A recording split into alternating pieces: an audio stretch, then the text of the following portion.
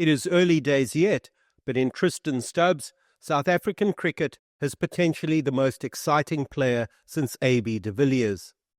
As Stubbs grows into a household name, we will be privileged to watch him grow, to watch him fail, to watch him make Test cricket a form he loves, fun and sexy and worth rearranging your diary for. Welcome to the Luke Alfred Show. I've 30 years of experience on the front lines of sports journalism, covering some of the biggest games in cricket, rugby, the FIFA World Cup and even the Olympic Games. Come and join me as we learn about some of the greatest sports stories you've never heard. I'm Luke Alfred and welcome to the show. There once was a time when the Eastern Cape used to produce international sportsmen, as the old saying goes, like it was going out of fashion. The honours board is surprisingly long. It goes off in a couple of unexpected directions too.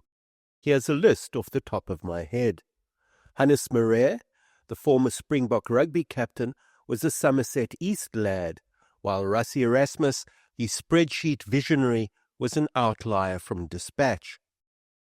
Think, too, of Dani Gerber, another Dispatch player and an outlier because of his unique bulldozing brilliance. Think of Peter and Graham Pollock, of Peter's spikiness as a tear-away fast bowler and his brother's easy-going introversion. Easy-going, that is, until he took up a heavy bat in his gloved hands and thrashed you to all corners without so much as breaking sweat. Think of former Bok eighth man Andre Vos, a rugby player who, at least for a time, played in a period of serial bloodletting and unhappiness in South African rugby, so one who is liable to be forgotten. Think of the scrum half and once Springbok coach Alistair Coetzee, a man of Makanda down to the wintergreen in his kit bag. In a less radiant light, given the latest revelations about his match-fixing lark, think Lonwabo Tsotsobe, or, controversially, Luke and Cheeky Watson. Think of those who were born somewhere else but were attracted to the Eastern Cape as a place in which to make their name. Kepler Wessels was born in Bloem, but found himself drawn to the Windy City after his time in Queensland. Steve Tshwete, the first Minister of Sport in South Africa's first democratically elected government, was born in Springs, but, as a boy, his family moved to Peelton outside of King Williamstown. Tshwete and Wessels were captured in one of the iconic images of South Africa's transition. After South Africa's victory in the opening match of the 1992 World Cup at the Sydney Cricket Ground, Tshwete, wearing a black suit, walked into the South African dressing room to offer congratulations. As he put both arms around Wessels' neck and looked Wessels in the eye, he teared up, while Wessels beamed back at him, a tear or two in his eye. Tshwete knew a thing or two about suffering. He was imprisoned on Robben Island for 14 years, roughly a quarter of his all-too-brief life, and when sporting liberation came along, he knew how to celebrate. The snap was so emotional, it brought a tear to the viewer's eye. It was a real tear-jerker. There is a third related Eastern Cape category. Think of those who left the playing of sport behind, only to realize they weren't going to be allowed to do so, and engaged with sport in a different capacity, as administrators. Danny Jordan and Conde Balfour, Gerald Majola, and Kaya Majola, Kaya who died tragically young of cancer, and the list is conceivably longer. While the Eastern Cape Honours Board is lengthy, it has also stopped growing, or stopped growing at the pace to which we were accustomed. This is what makes the emergence of Tristan Stubbs, the frontline batter, all the more striking. Stubbs, he of the Thomas Hardy-like first name, falls into our second category, that of sportsmen born elsewhere who came to the province in search of better things. Stubbs went to Knysna Primary School in a nominally neighbouring province. The story is told that he played cricket at Grey High as a primary schooler and returned home to Knysna, with an instruction to his parents. He wanted to go to high school at Grey, he told them, and they were wise enough to oblige. Stubbs arrived at Grey in 2014, taking his place in Merriway Hostel, in many ways the school's soul, for 5 years. Quote, Stubbs saw the Pollock Oval when he visited, says Mike Smith, Grey's former director of cricket, and liked what he saw. He told his parents he wanted to move when he returned home to Knysna, and so off he went. At Grey, Stubbs was not a schoolboy prodigy, according to Smith, a man who knows the Stubbs game better than most. The path upwards was steady, not dramatic. Here was no smasher of records, a la Matthew Bretzka, who is 18 months older than Stubbs and was 2 years ahead of him at Grey. Smith observed some interesting things as Stubbs progressed through the grades. He noticed, for example, that players gravitated to Stubbs. They liked him and instinctively sought his counsel. In grade 12, according to Smith, who is now the batting coach for the Tasmanian state side, Stubbs was made captain of the Grey First 11. This was an item worth recording on the honours board in and of itself, but it was also noteworthy because Stubbs had never captained a cricket team before. From a technical point of view, Smith noticed that Stubbs has the ability to bat at what he calls, quote, different tempos, and had a suppleness of mind to go with a suppleness of hand and foot. Schoolboy cricketers tend to bat in one of two ways. They either bash or they block. Stubbs was different. He could do both, within an over, within an hour, within an innings. He was a shapeshifter, so he could adjust his game to the shape of the game itself. Smith remembers a T20 match against Joburg's King Edward, the school that produced Graham Smith, Quinny de Kock and Neil Mackenzie, and who always put out a handy, well-drilled side. Quote, he scored 65 or 40 balls and he never panicked, says Smith, the ability to keep calm being another noteworthy feature of the emerging Stubbs game. We tend to conceive of coaching actively. To coach is an active verb, but when not to coach should sometimes receive its due. Smith says that because Stubbs bats with an open blade, slightly unconventionally in other words, he might have been overcoached, with coaches seeking to close the blade slightly and make Stubbs's stance more orthodox.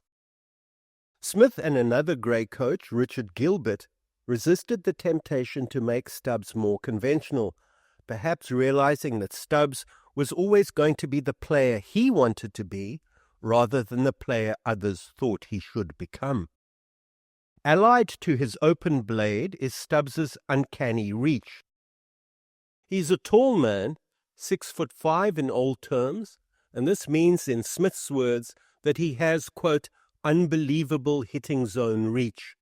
As he left school, this is exactly what others saw, and Stubbs was typecast, a little lazily, I think, as the merry young finisher of St. George's. Stubbs, understandably, did nothing to challenge the view. In fact, he inadvertently encouraged it. His T20 debut for the Warriors against the Dolphins in Durban during the COVID-19 pandemic in 2021 is a case in point. Here, Stubbs came in late in the innings as the Warriors attempted to set the Dolphins a competitive target. Othniel Bartman, no slouch, was bowling to him, but Stubbs paid him no mind and hit Bartman for 6 off the first ball he faced. Although he didn't bat for long, Stubbs's figures make for interesting reading. 10 runs, 6 balls faced in 6 minutes, with 1 6 at a strike rate of 166.66. If you were inclined to see deep meanings in numbers, not to mention astrological or occult profundities of a frankly stellar order, you'd be pretty impressed with that string of 6s. 6 days later, this incidentally is factually verifiable, The Warriors again batted first and set about the tricky prospect of setting a target in the playoff game between them and the Lions. Stubbs batted at 5 and scored 37 runs in 26 balls with 2 sixes and 2 fours. The Lions were at full strength with all the heavy artillery and zippy non-spinning spinners and lip that goes with being a Lion. Forgive me while I interrupt a sports story to tell you about the Luke Alfred Show Patreon. As you may know, being a writer is not the most lucrative career choice. Please consider making a small donation to keep the show going at patreon.com/The Luke Alfred Show. But for now, let's get back to the story. Stubbs didn't take a backward step. He took 14 runs off KG Rabada's last 5 balls, including what Smith calls, quote, a massive 6. Quote, people thought, continues Smith, wait a minute, this kid can play. Stubbs' debuts haven't, however, always pleased the eye or the scorers so comprehensively. Just over a year after making his debut for the Warriors, Stubbs made his debut for the Mumbai Indians in the 2022 Indian Premier League against the Chennai Super Kings. He took guard, in all likelihood slightly outside of leg stump, to free his swing and his hitting arc, and was promptly adjudged leg before off the bowling of the Chennai left-armer Mukesh Chowdhury. He spoke to Smith shortly afterwards, and what you're about to hear might strike you as funny, although it might simply be an illustration of Stubbs' matter-of-factness. Quote, I just forgot to watch the ball, he told his mentor as he reflected on his second ball duck. If I was playing my first IPL with legends like MS Dhoni and Rohit Sharma and Darren Bravo floating about, I might forget to watch the ball myself. If Stubbs's IPL debut had an element of bathos, his Test debut against India in the 2024 New Year's Test at Newlands played itself out in a different emotional tone. Facing the freakish Jasprit Bumrah and an on-song Mohammad Siraj is bad enough, but batting at 4 in your debut Test on a Newlands snake pit is a task beyond even the reach of the blessed. Stubbs scored 3 and won, and the match was over in the blink of an eye. Later, his coach, Shukri Conrad, apologized for throwing him in at the deep end. Smith has a saying, it might even be a mantra, quote, character trumps cover drives, he says, and Stubbs seems to support the claim. Both Stubbs's IPL and Test debuts have been unmitigated disasters, but Smith's protege hasn't appeared to let it get to him. If he has, he's hidden it well. Stubbs doesn't seem unduly fazed. He's keen to learn and keen to play. He's fit as a freak and has regularly been the fittest player in the teams for which he plays. If the reverse sweep or reverse lap strikes him as being on, he'll give it a go. Smith thinks that because of Stubbs's hockey and his scandalous reach, the reverse lap and sweep have been refined into being the safest of shots. Stubbs's arrival in the game was through the medium of T20 cricket, so it's natural that in the public mind he's a T20 cricketer first and foremost. This, however, is something against which Stubbs rails. Last June, for example, the SAA squad travelled to Sri Lanka for 3 unofficial ODIs and 2 unofficial tests. It transpired that Palakele, the venue for the first test, wasn't South Africa's happy place. They got bowled out for 131 and 185, with Stubbs scoring a first innings duck and not batting in the second because of, as far as I can tell, illness. South Africa A lost the test by 160 runs. Come the second unofficial test in Colombo, and it was time to set the record straight. Tony de Zorzi was out first ball of the South African innings, leg before to Vishwa Fernando, so Stubbs next in effectively opened the innings. He batted for a ball short of 66 overs in scoring 117, the only century of the 2 tests by a South African. His partners were 3, first Breetzke, followed by Keegan Petersen, who made way for Zubair Hamza after Petersen had gone to 50. In the context of what is likely to be a long and lucrative career, Stubbs' 117 against Sri Lanka A will become a mere speech bubble in a lavishly illustrated story. It was enjoyed by precious few and noticed by even fewer. It did, however, show Stubbs' crazy competitiveness after his duck in Palakele, and it set him up nicely for his second Test 100 against Sri Lanka, this time at Kingsmead 2 weeks ago, against some of the very bowlers he faced in the winter, like the canny old stager Fernando.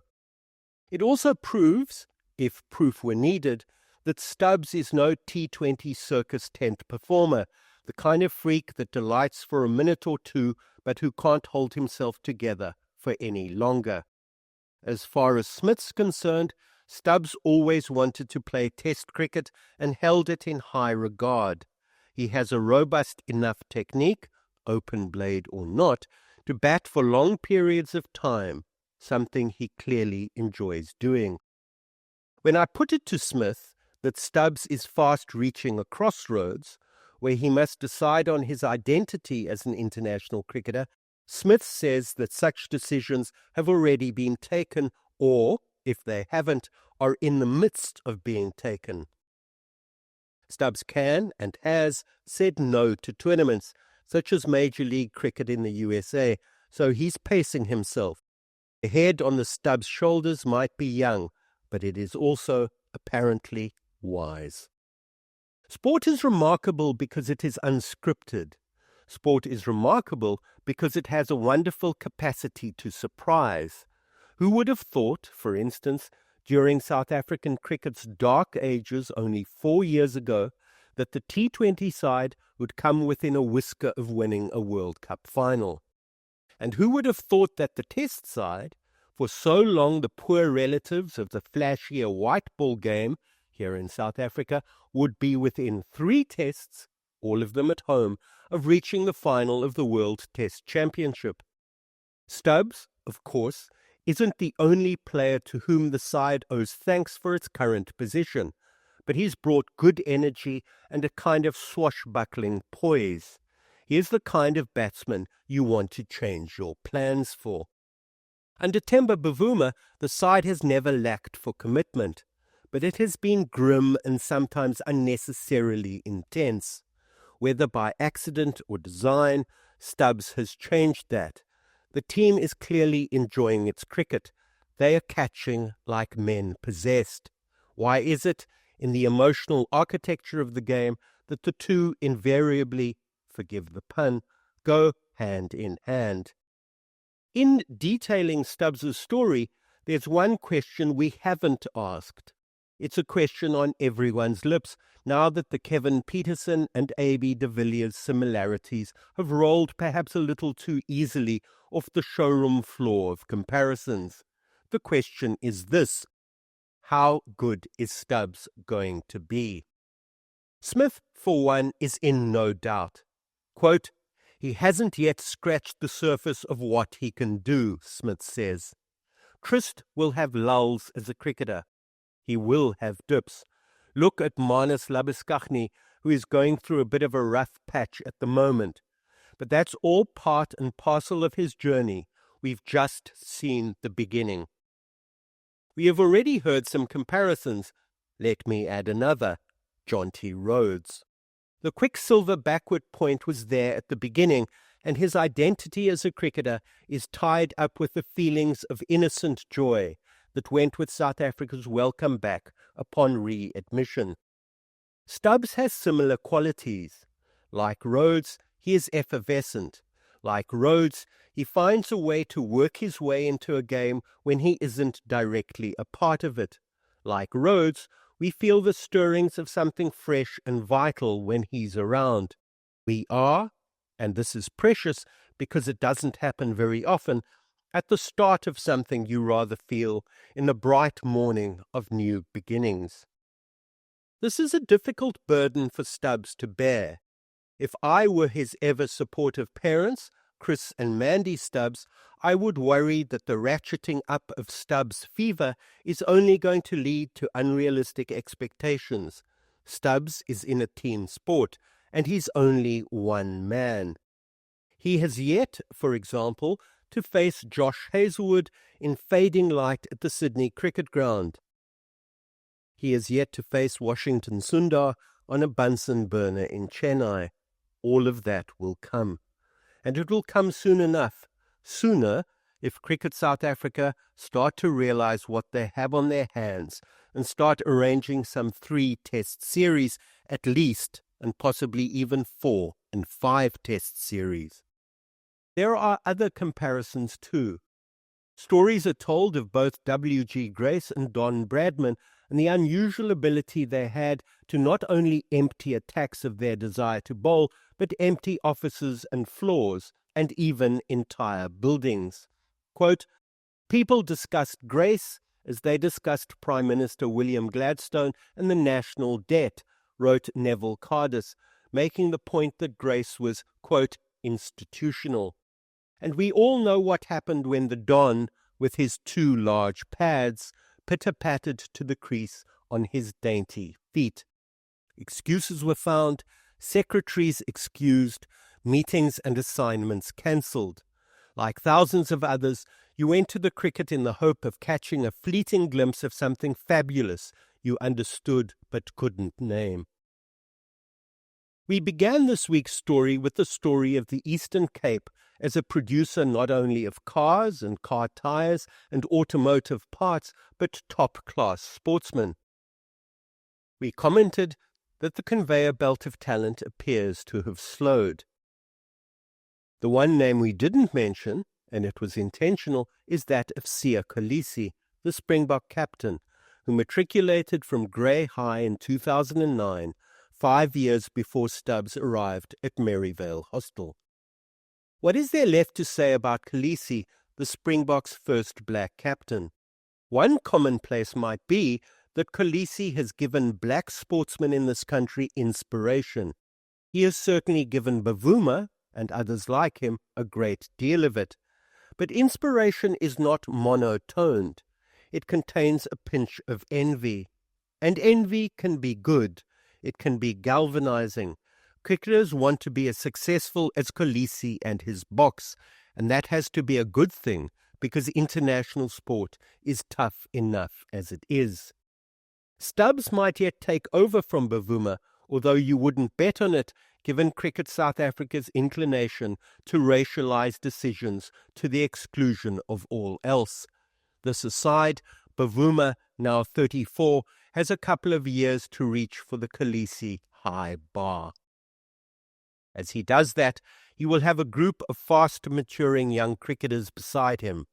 They are capable of shooting out the lights, and the next 5 weeks, between the beginning of December and the start of the 2025 edition of the SA20, will provide us with one of the more compelling cricket stories of the last 5 years. Who said the Eastern Cape was done and dusted? Up until now, I've spoken about the Eastern Cape Honours Board in purely literal terms. Let's put a slightly more metaphorical twist on the notion. Tristan's parents surely deserve their Honours Board. Smith tells me that Mandy was a brilliant travelling supporter who sometimes found the challenge of support, well, rather challenging.